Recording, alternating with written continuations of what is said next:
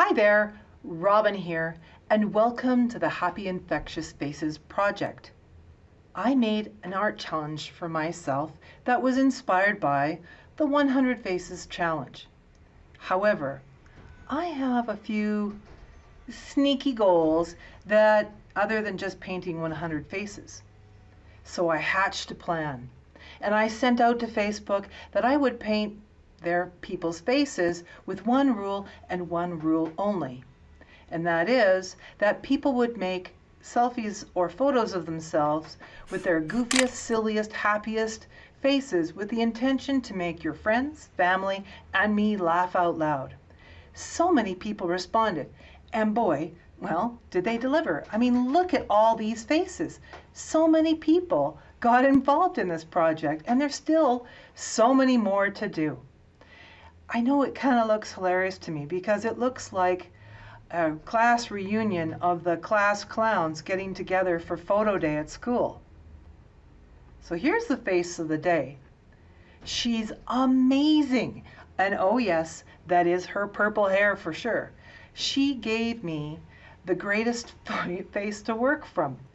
Not only do I get to learn about the face and how it moves and it communicates in that silent language of facial expressions, but I get to laugh and giggle while I paint. I have a question. I want to find out how laughing and giggling affects my painting. I can get way too serious about stuff and lose my sense of humor when I paint or make art. Yes, I do want to stretch myself to learn about the face other than the standard pose, but I want to have fun this time doing it. Life is too short to be serious all the time. I am bringing you with me to figure out how to paint extreme faces and to laugh. I might even make a little story or two about what her face is telling me. So stay with me if you want to see how I do it and some of my thinking. Well, it's also called my process. So let's break down the basics first, and then I get to play some more. I do the basic layouts and shapes and proportions of a face. In my wisdom, I'm doing this all in pencil because I make a lot of mistakes and I'm not perfect. And she's breaking the rules too by making this crazy, wonderful face. Then I have to put on my brain box to use anatomy in understanding and to create a realism or naturalness about the art. I want her to still look like a human being. I have to follow some rules. You can maybe see why I get too serious about making art, and I need to lighten up because I can even do anatomy for my cartoons. Yes, I am that much of a geek. We all use the muscles and bones and nerves and other parts of our body, including our brain, to communicate. That is unique to each individual. So here's a thought. We can all have doppelgangers, people who look like our twins, right? And they can be through history or they can be right now. People who look like us or almost exactly like us. Here's the question for some people that are having a hard time with it. Am I really unique? Well, yes. Yes, because more than our looks, we have brains, attitude, and style that is unique to each of us. Look, learning, culture, life, choices, whatever, they're going to affect how we use our face. Here's some things to think about or remember about the face that you might not think of right away. Hair, and we can start at the top and work our way down. Both facial and the top of your head hair. Yes, I know some of you are thinking guys with no hair or women with too much hair or vice versa or both. It's how you choose to deal with your hair that says a lot about you. Let's talk about styles and their consequences. There's bouffants, there's pompadours, there's the crazy 80s hair. And they all do, trust me, they all do have consequences because you're presenting a story. Nerves, they make it possible for us to move those muscles, and I know they're a structure, so we're going to include this here. It's a part of expressions. How can we control those features is really important. Some people have wonderful, elastic, and mobile, expressive faces. And that's all from the connection of nerves in your brain. There are fatty deposits and other structures under the skin like salivary glands and connective tissue and all that kinds of stuff that will affect it. You might present as a heavy or thin or athletic or sickly or different kinds of genetics, whatever. And then of course, let's talk about the most obvious, which is the skin. You can communicate so much by that as well because there's a message there. There might be a history there. There will be a texture to the skin, an age, a health, maybe scarring and coloring.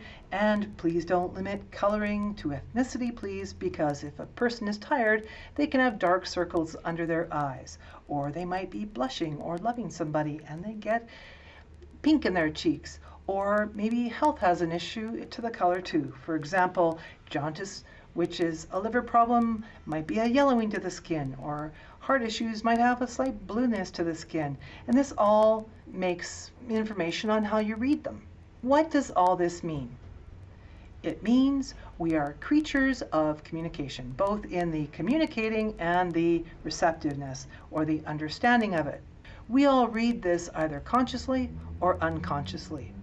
All these factors and more are involved in creating facial expressions and communication. So do you see why I find it a little more interesting in painting faces with great ranges of expression? I love that people are using their full neural musculature. Their whole business, their whole face gets into their person to give me expressions that are unique to them. And they give me a story without actually saying words. The facial expressions can also add to stories being spoken. These people have given me faces of expression using their physiology and psychology to express something. And now we have to use our minds to read what they're saying. And I don't mean we're being psychics here. We're just doing what comes natural, which is being a part of the understanding and the comprehension of what's being shared. We are just taking in more than just words. As I said in the last video, link in the description below and somewhere around the picture here, how to communicate without saying a word. And that talks about the importance of portraiture, but also the expressions that are happening there. Again, what do you read or interpret? What do you hear inside your head?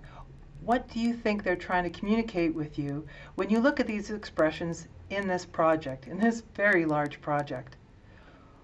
What is this face that I'm working on right now making you think about? Here we are, I'm painting away, and part of my mind is working on the painting, but there's another part of my mind taking a trip. I mean, look at the magic she's making with her face. She's providing that I have an opportunity to make a space in my head for a story to be created. I mean, how did she get to this point? Okay, so let's play a little. I mean, come on, we're here, we can play.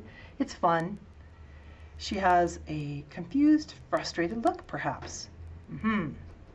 Maybe this lady just saw some silly signs that you can see in the grocery store. You know, the crazy ones that you just all of a sudden know it's there. So here, she went to the grocery store, and there's a sign, and it says, long yellow things for sale, and it's bananas. I would have this look on my face. Perhaps there is toilet paper marked as sale, and it's for $5.99, and the sale price is $5.99. I would make this face too. I get the feeling that her face is one that could play out for hilarious sarcasm, or maybe the look of frustration. Maybe it's the look of, The look on your face when you hear the joke, perhaps. How do you catch a squirrel? You climb up a tree and act like a nut. Well, at least that's the face I saw on my kids when my husband told that dad joke. I can think of so many things that her face would be useful for to be the punchline of a comedy. And, well, let's talk about comedy for a minute. To drum up some old comedy history, Mel Brooks, Sid Caesar would have loved her. Monty Python also. She would have been the star of supporting actress for the Three Stooges. You can't help but use her face as the punchline or the beginning of a laugh track in a comedy movie. That is the part of the reason why I love these faces in this project. They bring the emotion of the faces to the raw bone. All of these faces create stories that are made just by thinking about what they're trying to say with their expression. They want to simply make you laugh and to change your state to a happier one. Maybe with this project, we can just take a little bit of time to be in wonder of how our body is a miracle in communication and storytelling. The way we communicate is a treasure. It is a huge feat, in my opinion, to be able to express and to read. For me, this face is wonderful, and she's working really hard to make me laugh and enjoy her wonderful, elastic, expressive face. In her painting, I have gone from using pencil, making mistakes and erasing them, to adding purple shadows with the paint and roughing in the painting, and then working through that horrible, ugly phase by adding color to make it look lifelike. And believe me, I thought I had lost it. Then to finishing off with white paint for highlights and black ink to make some focusing details, and then taking a break and saying, I made it through and I was successful. So now look at what she's communicating to you. And maybe please have a little chuckle or smile. To me, she made me laugh. And she made my art experience a lot more fun. And it made me lighten up. I love her very individual funny face. She helped me to change into a more happier, infectious state. Did you get it? Happier, infectious. And if you can help people change into a happier state, to me, you're a hero. So if you like this video and you wish to see more of this kind of topic, please leave a comment in the comments below, and please consider subscribing and hitting the bell icon to all to notify you when I post more. So thanks for watching.